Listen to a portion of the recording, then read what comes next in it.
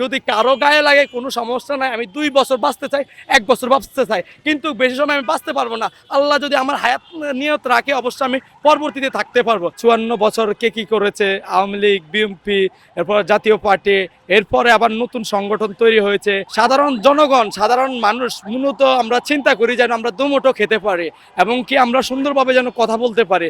কিন্তু এমন একটা পরিস্থিতি যে আপনার নির্বাচন ঘিরে আপনার এখনই আপনার মানুষে কথা বলতে পারছে না, কারণ যেসবভাবে হুমকি দামকি দিতেছে এবং কি আমার পরবর্তী বিষয়টা আমি কি নির্বাচনের পরবর্তীতে কথা বলতে পারবো কিনা আমারও তা মনে অনেক দুঃখ।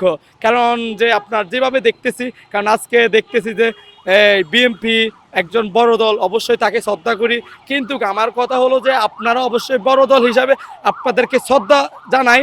আর আপনারা দেশের মধ্যে এমন কাজ করবেন যেটার জন্য আমরা জনগণ যেন আপনাদের কাজের কাজ থেকে আমরা আরো অনুপ্রাণিত হই, যেন ভালো লাগে আমাদের কাছ থেকে। আপনারা যদি দলগুলোই দেশকে আপনারা যদি এইভাবে সম্মুখীন করেন, নিজেরাই যদি দেশকে পরিচালনার কথা ভেবে নিজেদের দেশে ঝামেলা করেন, তাহলে আমরা জনগণ কি করব?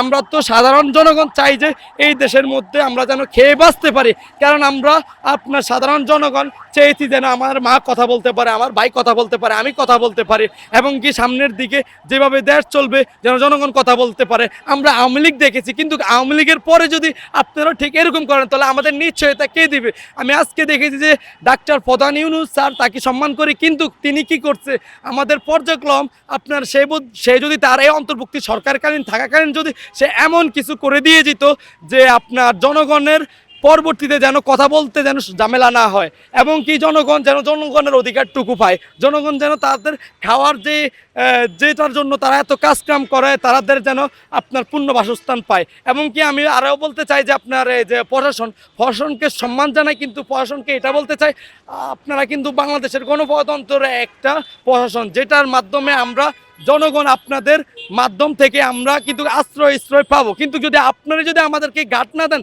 তাহলে আমরা কই যাব?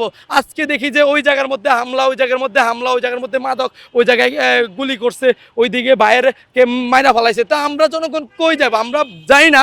কালকে আমার মারা যেতে কোনো আমি দ্বিধাবোধ করতেছি না, কারণ যেভাবে দেখতেছি দলগুলো তারা শুধু নিজেরাই দল, শুধু টাকার চিন্তা ভাবনা করে, তারা তো দেশে আসার জন্য কাজ করতেছে না। তো এই জন্য আমার নিজের কাছে অনেক অসম্মানজনক লাগতেছে, কারণ এই বাংলাদেশের মধ্যে আমার জন্ম হয়ে আমি মূলত পাপ করেছি, এটাই আমার মূলত সবচাইতে কথা। তো অবশ্যই সবাই ভালো থাকবেন। আমার নাম শাহাদাত ইসলাম, আর ইনশাল্লাহ আমার কথা একটাই, আমি বাংলাদেশের জন্য কথা বলে যেতে চাই, সঠিক কথা বলে যেতে চাই।